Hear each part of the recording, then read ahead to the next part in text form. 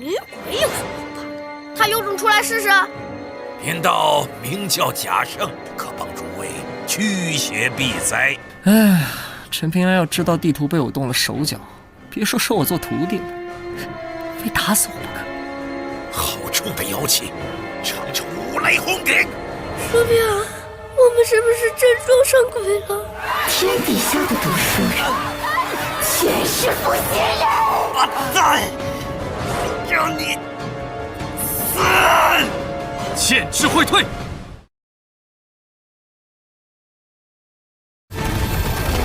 我以前最喜欢读书人，可当我被我的狼群俘获以后，我才知道，天底下的读书人全是负心人，全是负心人！剑之会退。山堂自治者，死！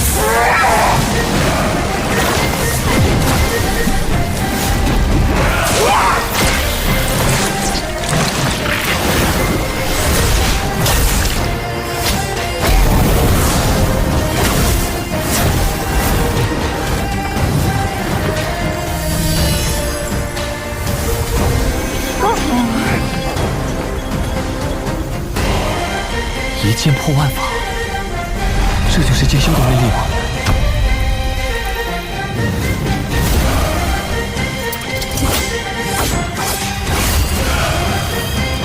好一个风采卓绝的陆地剑仙！我真的很想知道，狼君嘴里的读书种子会不会在泥土里开出花来？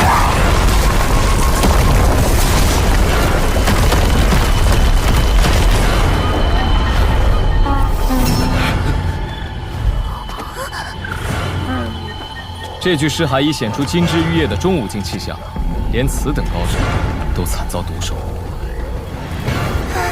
要不也把你们的头颅摘下来，种在我的花园里？无根浮萍而已，不值得夫人费心。我以前最喜欢读书人了，可我最恨负心郎。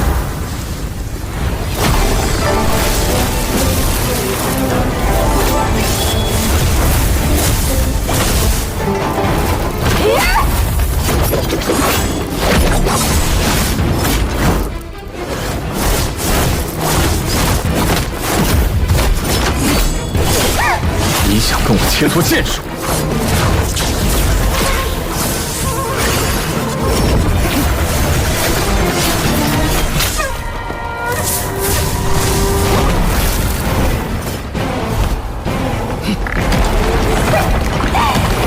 此方地界，你能奈我何？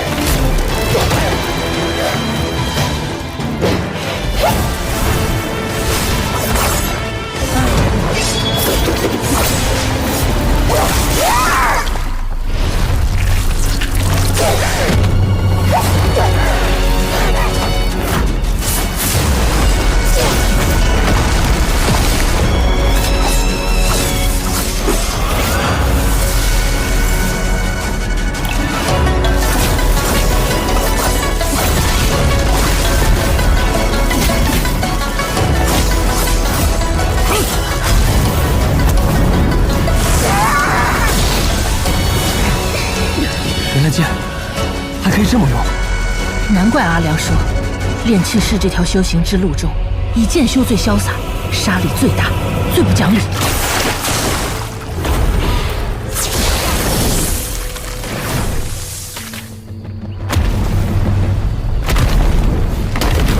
臭娘们，给我出来！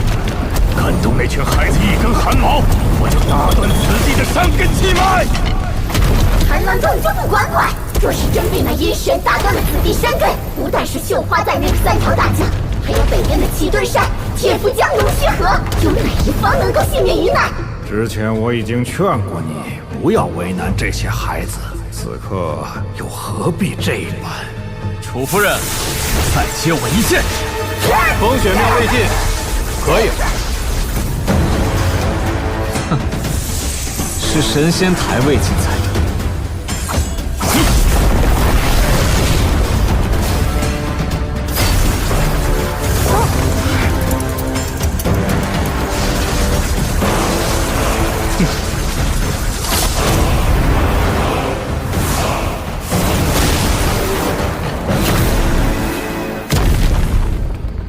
不愧是东宝平州最年轻的上5境剑仙。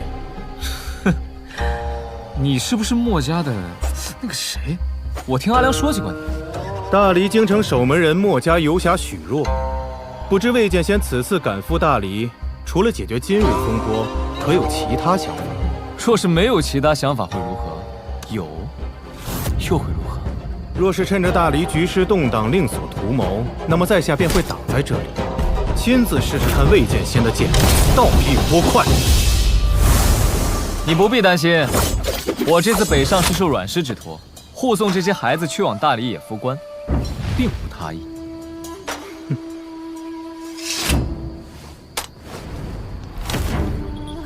是小妇刀。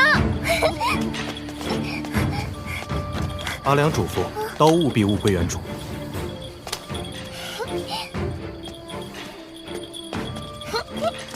陈平安，这里可否让我来处理？我一定会给各位一个满意的答复。楚夫人，事已至此，该拿出点诚意来了吧？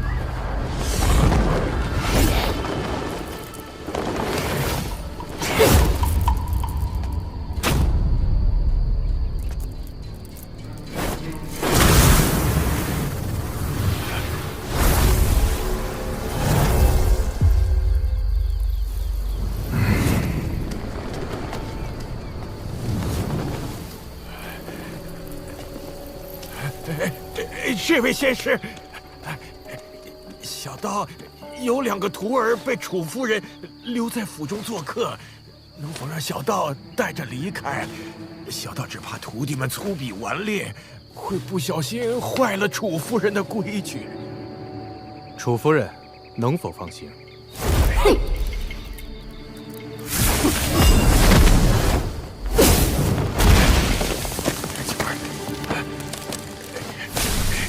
楚夫人，这位大人要跟妾身秋后算账。楚夫人不用说气话，我并无此意。你为大黎看护山水，延续国祚，大黎宋氏感恩于心。可滥杀无辜书生一事，总有一天会传到陛下的耳边。到时候，再多的情分恐怕都不好使了。哼，数10年来，我帮你们大黎压制神水国残余气焰，你们大黎都睁一只眼闭一只眼，不许我杀人泄愤，怎么今天就不行了？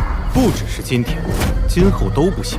我如果再听说有人在此地消失，定会登门拜访，将夫人亲手带回大理水牢。楚夫人，无论你相不相信，我都不希望有那么一天。我可以保证不残害过鲁书生，但是，一旦我无意间看到那些吟游山水的读书人，未必控制得住自己。到时候你我各凭本事，后果自负。韩大人，当年那件事情的真相不用藏藏掖掖了，你就完整的告诉他，好平息他的怨气。至于泄露此事的任何责任，都算到我的头上，不必担心朝廷怪罪。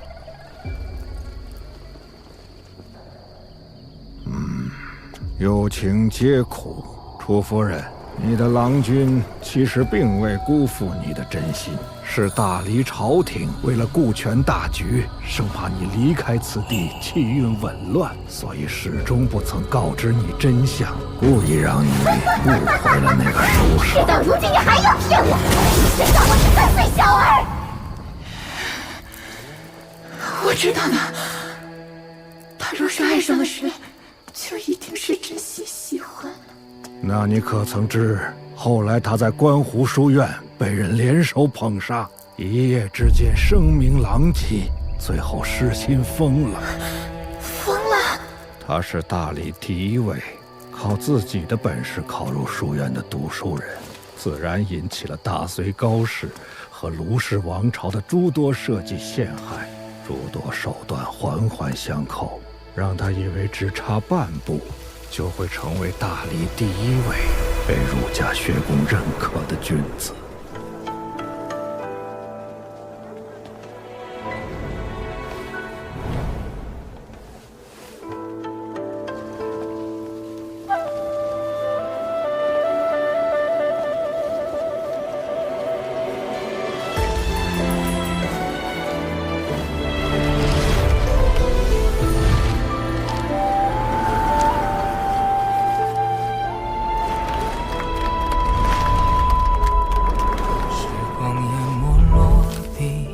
斑驳，命运中交错，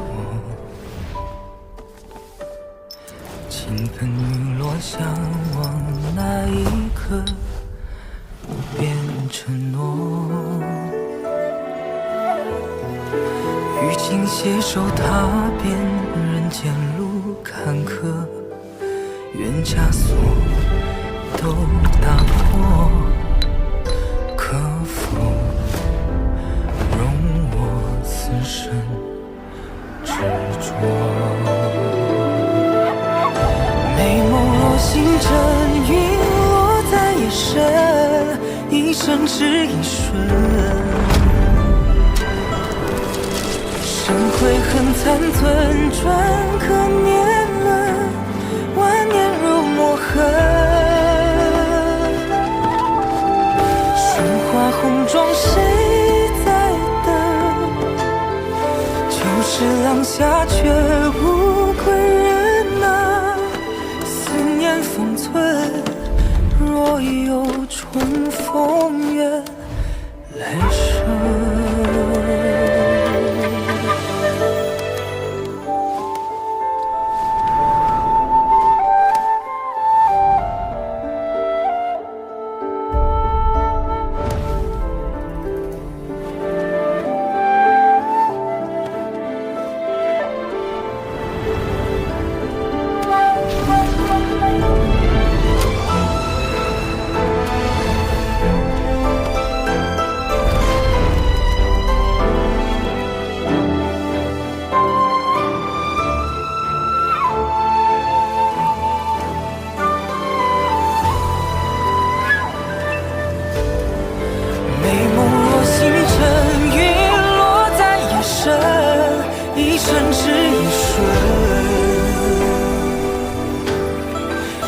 悔恨残存，转可年轮，万年如墨痕。霜华红妆谁在等？就是廊下却无归人啊！思念封存，若有重逢，愿来生。纷纷万千风雪中一人。用情至深，往往与思苦相伴；知情二字，往往与辜负为离。如果说之前的坑害涉及两国之争，那么最后将书生逼到死路，玩弄于股掌之中的，恐怕就是读书人之间的义气之争了。什么？不可能！不可能！不可能！这不是真的！这不是真的！为什么会这样？为什么？为什么？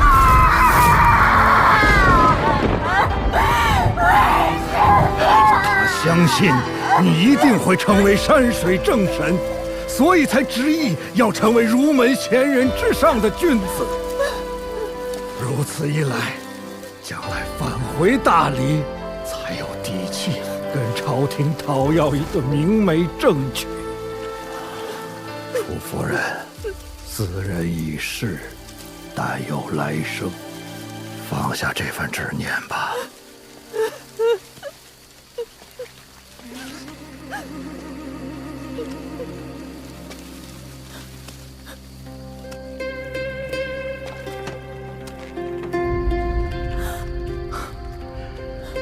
此番必取功名于庙堂，立志业于千秋。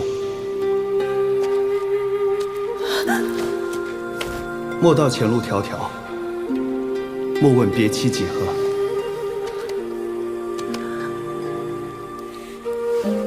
你我山水相逢，便是重逢。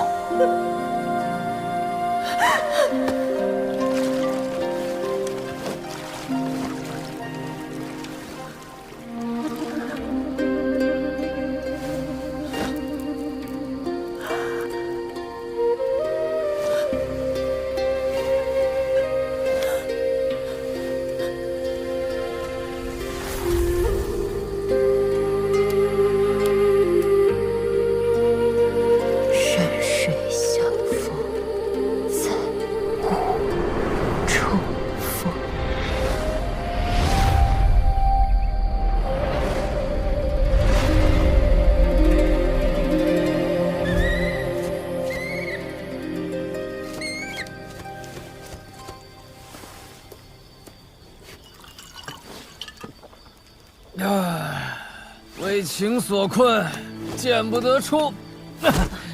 儿女情长，比剑气更长。阿良说魏晋酒品很差的，看来他真没吹牛。阿良前辈，真是个好前辈。要是没有他点拨，我还跻身不了玉璞境。可是他也真不够意思，我想让他做师傅，可他却说我性情太愚，行事太软，出剑太慢。让我做徒弟的话，他丢不起这个脸。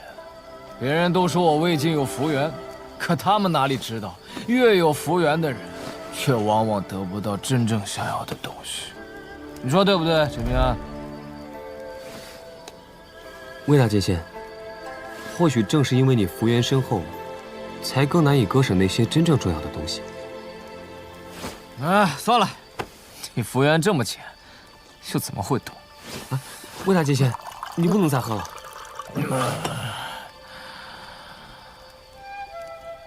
你说她那么美，又怎会说出那么无情的话？她说我魏晋无论将来修为是高是低，都不会对我有任何动心。贺小良，我最后只问你一个问题，你问便是。你最讲缘分。如果有一天你终于遇上了与你有缘之人，哪怕你内心并不喜欢他，会不会为了所谓的大道依旧，跟他结为道侣？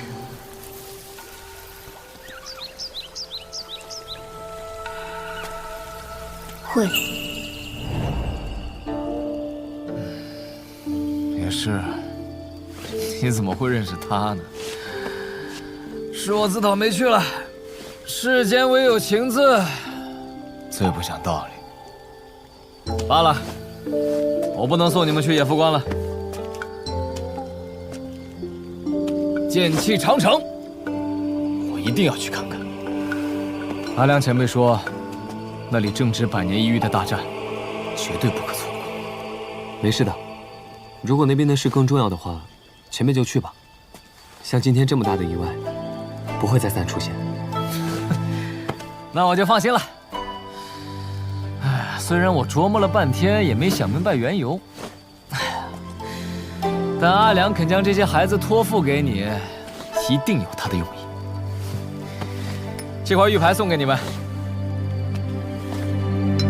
以后一旦遇到危险，只要灌注真气，然后对着他说话，松手后，他就会向自己的宗门发出求救。那如果遇到今天的情况，他当真飞得出去吗？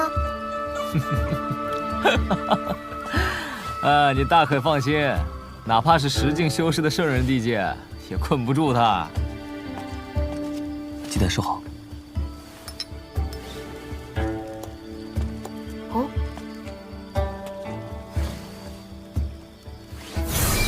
这5个泥人送给你，谢谢你一路帮我照看毛驴。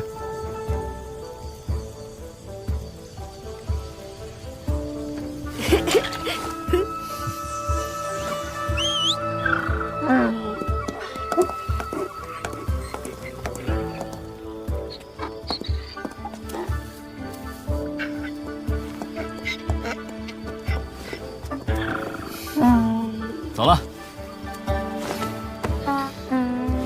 希望你们一路顺风。走，老伙计，今日一问见。再见。魏大剑仙，愿你此行顺利。再见。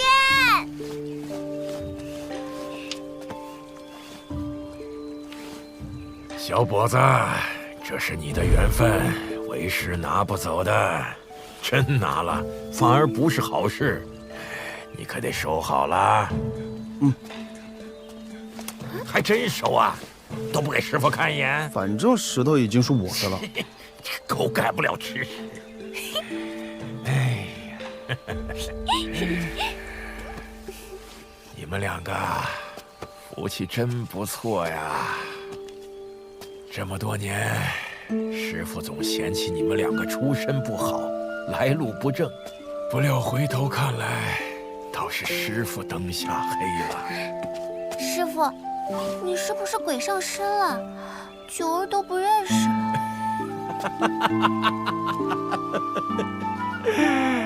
哎，九儿啊，之前师傅答应1年之内不收福全，现在跟你商量商量，从1年改为半年，如何呀？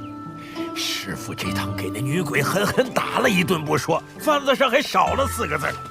你们做徒弟的就不知道心疼心疼师傅啊？哎，半年就半年吧。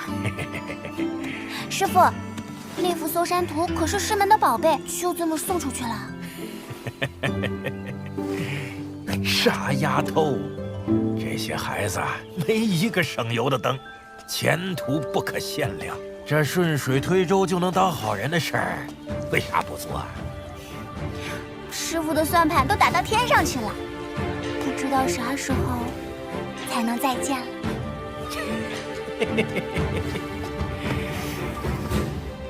这人生的际遇，就像河面上的一个旋儿，转着转着，总会重逢的。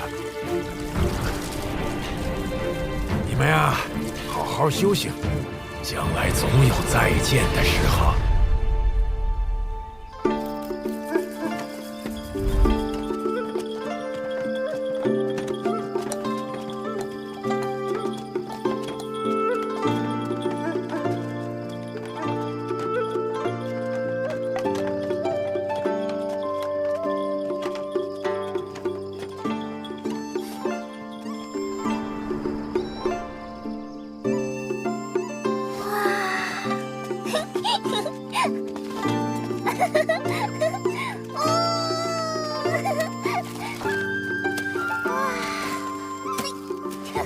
一剑破万法，这就是剑修的威力吗？我宁瑶喜欢的男人，一定要是全天下最厉害的剑仙，全天下最厉害的大剑仙。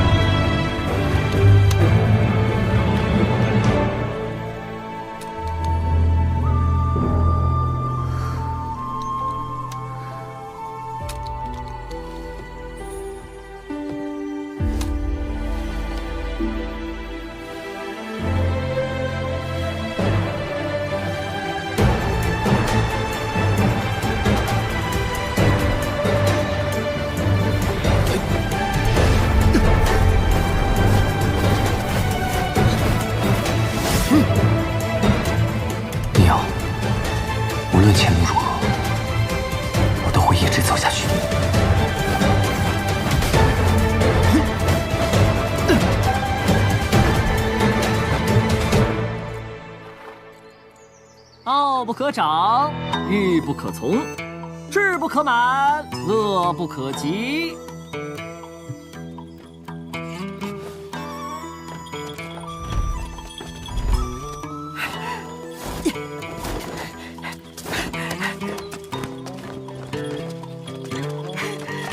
弟子崔洞山拜见师父。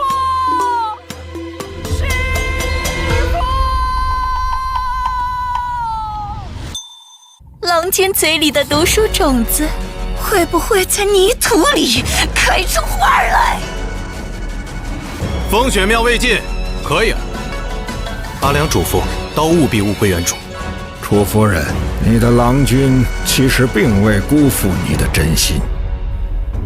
李阳，无论前路如何，我都会一直走下去。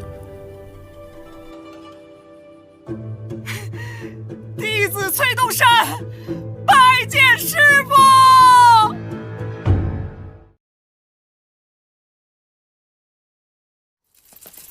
哎呀，陈平安，你要是不答应，我就死给你看！碑文上就写陈平安弟子之墓。你可以试试看。你叫崔东山，我叫陈平安，墓碑只会有一块，谁活下来谁帮忙写对方的名字。哎呀，我晓得先生您老人家不放心，你可以考察我一段时间啊。我修为如今的确不高，但见多识广，学问可是有这么高呢。先生慢点走，先生。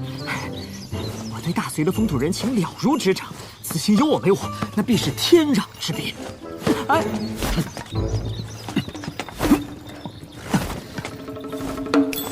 要不要看看拜师礼再说？责备精怪图，这5件修士游历天下，几乎人手一册。我这一册更珍贵，天然孕育出5、6种精美。还有这面雷布斯阴镜，挡得住天下最大剑仙的剑气。笔是藏着一条吃墨鱼的瓷骨笔，用完之后无需清洗，小鱼儿会自行帮忙吃干抹净。墨是3锭松涛墨，以手指轻敲就会发出松涛阵阵的悦耳响声。只是今世间，一国皇帝敕封山川神灵用上此纸，才显正统。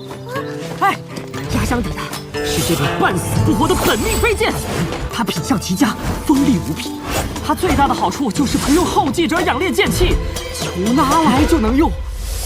陈平安，我是诚心诚意的拜师，我可以发誓，如果我对陈平安有半点坏心，就天打5雷轰。不行。陈平安，我如此心诚，你再这样，拜师礼就要减半了啊！玉簪子不见了，看来是老头子收回去了。你们之前难道没有遇上一个穷酸老秀才？他就没有跟你讲清楚大致缘由？好，你可以不信，杨老前辈的话你总该信了吧？那边的鬼物碾碎棋子，自有你们这种家伙能看懂的阴语暗意。看完帮我证个清白。杨老先生特别嘱咐，此人今后与你荣辱与共，生死相关，不可对你心怀不轨。所以于路、谢谢，你们都是卢氏王朝的刑徒移民，曾经也是书院的学生。他们出身贫苦，身世可怜至极，多亏了我出手相救，不然早就死在山里了。哦，那他们可以加入，但是你不行。为何？因为我觉得你不是好人。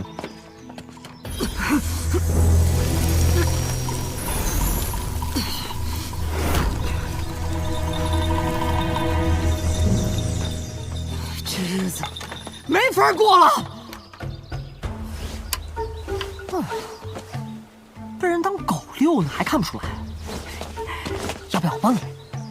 等你当了陈平安的学生再说。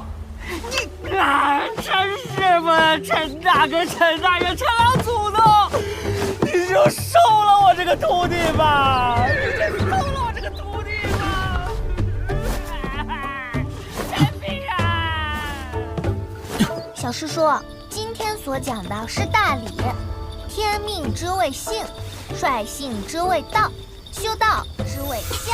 老头子，你到底要我怎样让我学陈平安什么？不是说呀！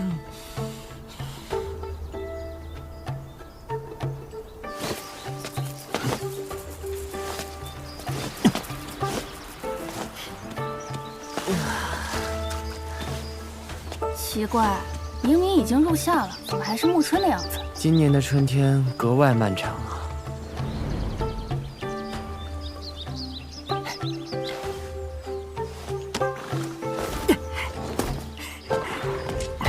先生，过了野夫关，就算离开大黎国境了。前方的黄庭国属于大隋的藩属国之一，前身便是上古蜀国蛟龙四伏之地。这里边的往事大有文章。哎，先生，我先前没吹牛吧？啊，有我没我是不是天壤之别？那，看在我家先生的面子上，给我包圆了。哎，先生。如果有假货，我会让你一件件吃进肚子里。是，你放心，你放心。哎，先生，先生慢点，先生，先生。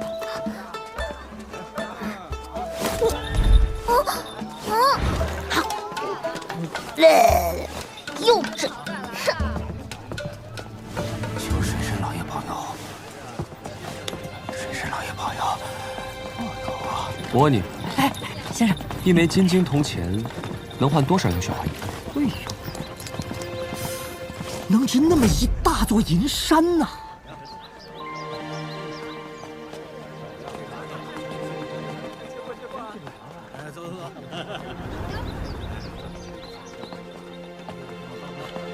雨露，别浪费了你一身气运，遇庙逢祠就拜一拜，这是与山水结缘的善事。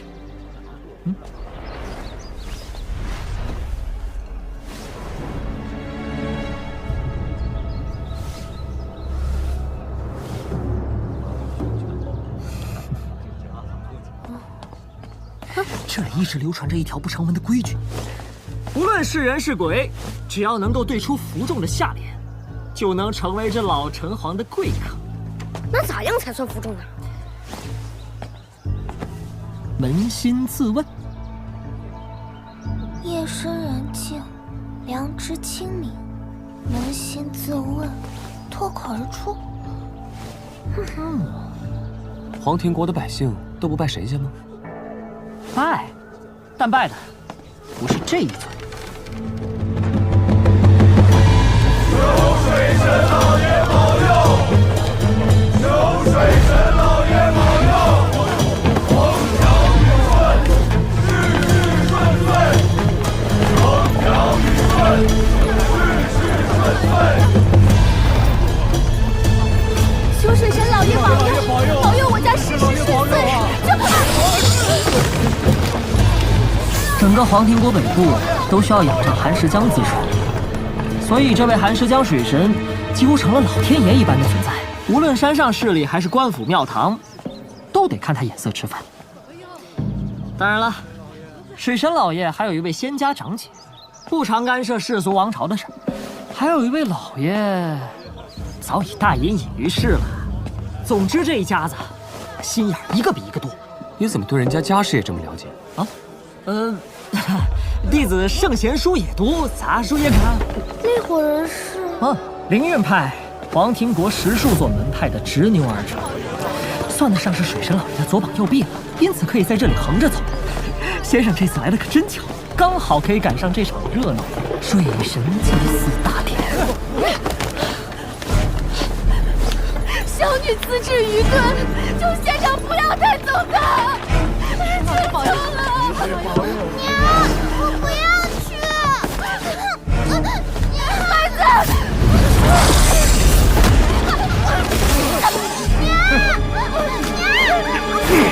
别不知好歹！我家大师兄见你闺女资质不错，才破格选上山。这种机缘别人求都求不来，你还敢拒绝？想让老爷帮帮慈悲，我家小女不成事，只会碍了各位仙人的眼。我这有些银子，还望仙人笑纳。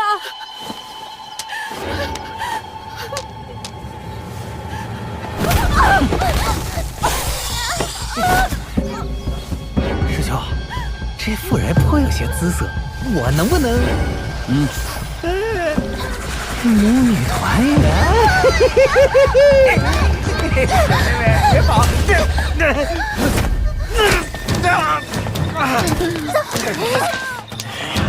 10。这呀，这也不错，正好凑一对。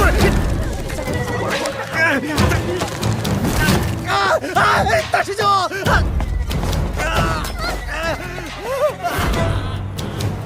嚯，那人真勇啊！让开，让开！看，我是本郡郡守卫理，何事喧哗？魏大人，这群宵小公然干涉我派祭祀，还出手伤人，望大人秉公处理。你们的护蝶呢？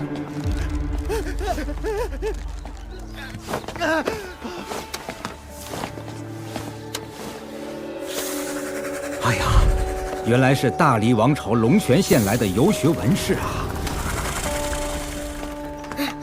是他们恶人先告状。没事了。如今大理秣马厉兵，说不定哪天皇庭就会国灭成周，万不可给大黎南下提早送个口实。啊，县长是要去大水府进礼吧？莫染了晦气，此事交由我处理，可好啊？有劳。眼下正值寒食江水神大典，各派仙家汇聚在此，还望诸位小夫子入乡随俗，莫生事端。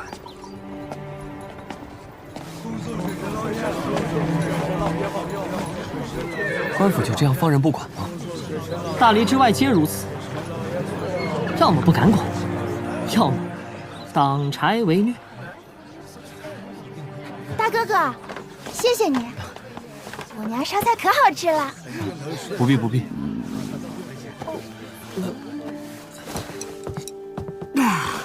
终于吃上山珍海味了，天天喝鱼汤吃腌菜的日子一去不复返了。小叔叔，你别听他的，你烧的饭也很好吃，不比老板娘差。大哥哥，谢谢你，这些是我娘让我送给你的，以后一定还要再来看我们。我们走啦，再见。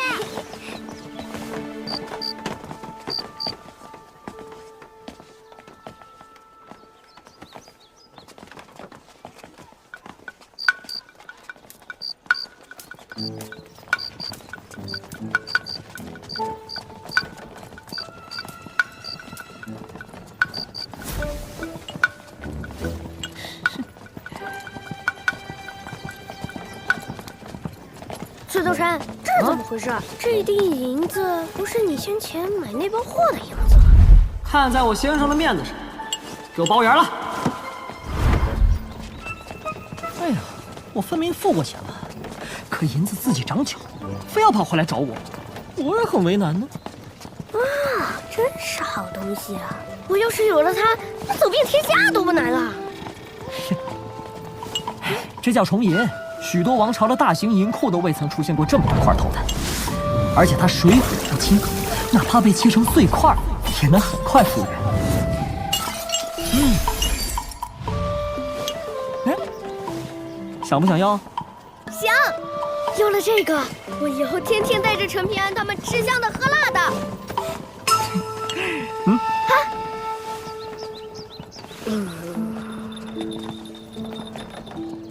还是算了，吃饭付钱，不能赖账。人家好心好意送你东西，你先收下来再说。至于如何使用，以后再按照规矩来。啊，太好了！嘿嘿，哎，开国元老，你收了我这么大好处，能不能想点法子，让陈平安收我为徒啊？你想屁事！反正现在他是我的了。唉，真是常年好打鹰，给鹰啄了眼。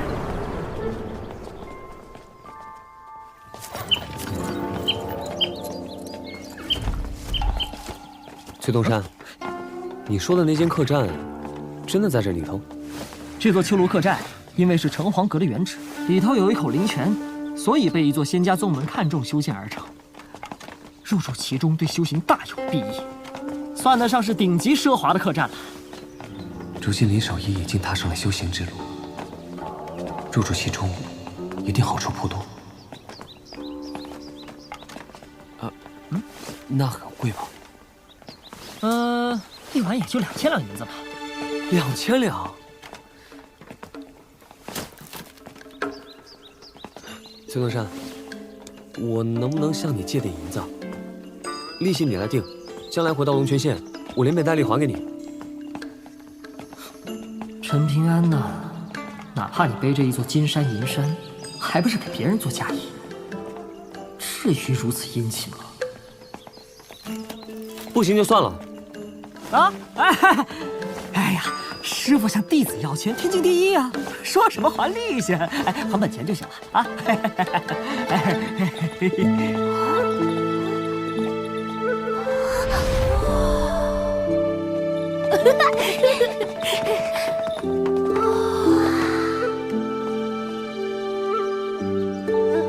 奴家刘佳慧是这间客栈的老板娘。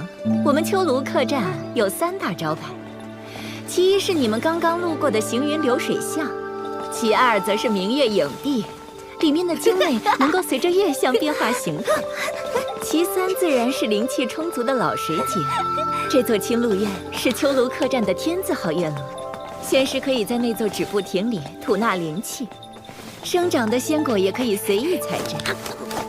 但是老水井那边不对外开放，希望你们谅解。啊，当真是神仙住的地方啊！爹娘和姐姐就没有这个福气了。哎，我的重银呢？崔东山，陈平安，你是不是失心疯了？整整2000两银子，就为了在这里住上一晚？你陈平安是郡守老爷的儿子，还是了不起的皇亲国戚啊？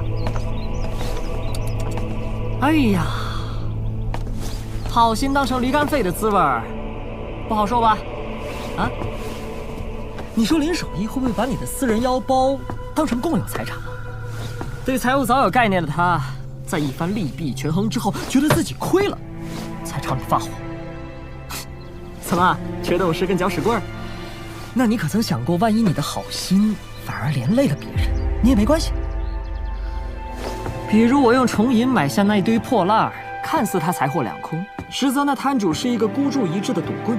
我若是给了他真金白银，他定会赌到家破人亡。崔东山，你到底要干嘛？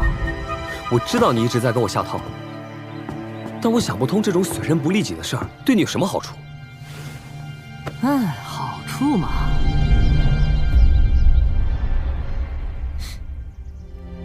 曾经有一个比你稍大的少年，藏着一枚刻着“天下迎春”的印章。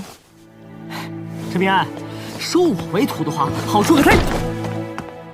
你铁了心不收是吧？那我这个搅屎棍就搅到底！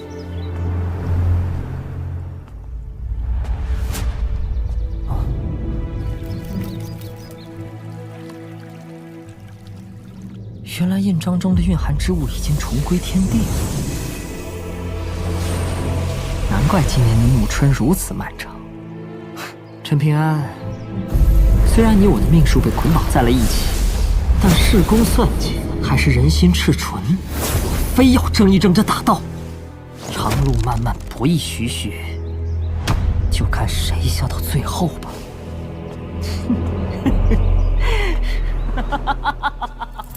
嘿嘿，啊，好哎！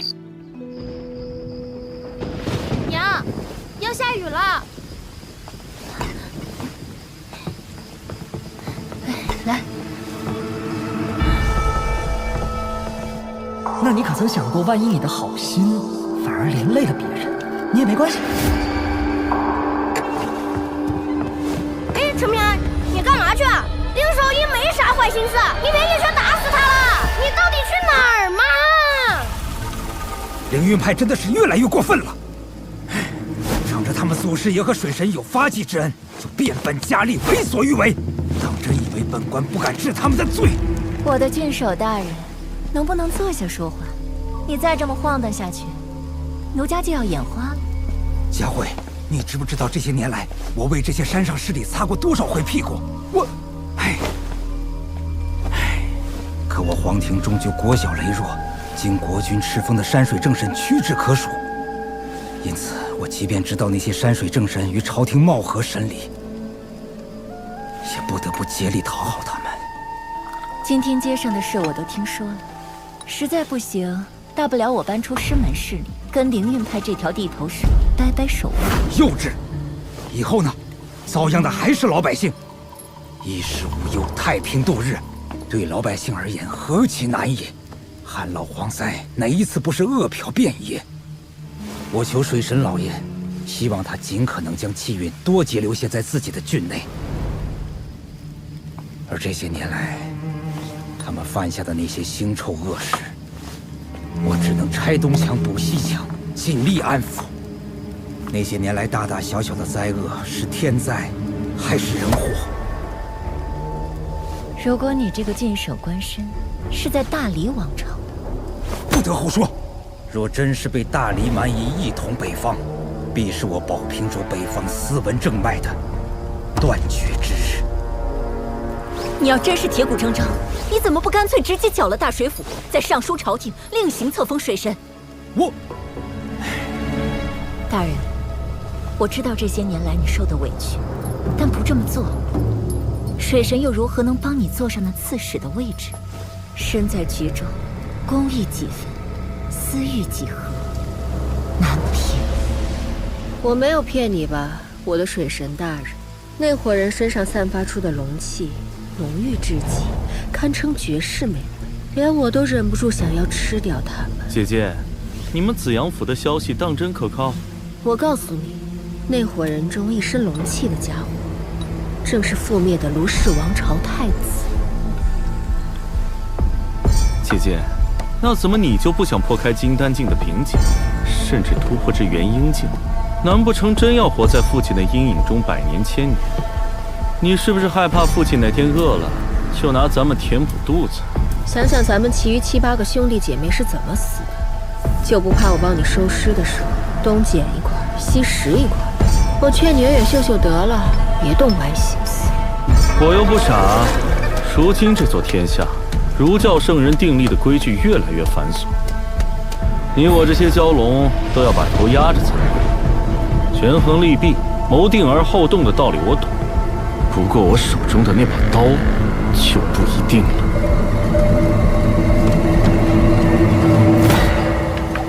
生意上门了，怎么不欢迎啊？要干什么？接下来就轮到那会儿搞爹了。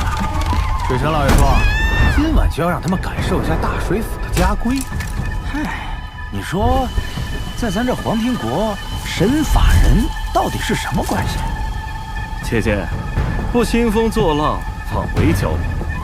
更何况在黄庭国，从来就没有什么天理国法人情，只有一条800里寒湿江途经8郡3州。大哥哥，谢谢你，这些是我娘让我送给你的。大哥哥，以后一定还要再来看我们。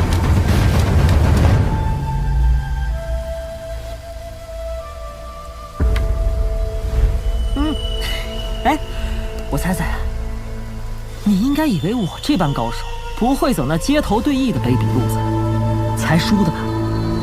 但是从来没有规定身份应该跟所作所为相等，不是吗？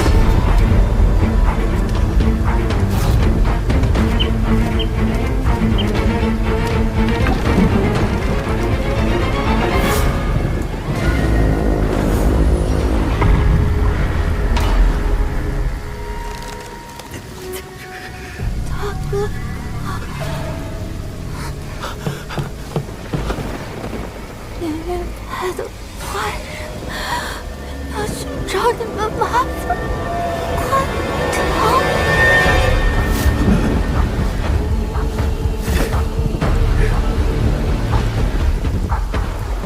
这个不讲道理的道理，你应该懂的。他也一样。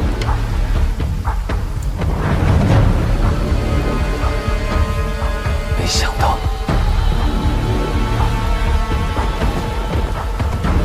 这世道，做了谁眼睛不当人的畜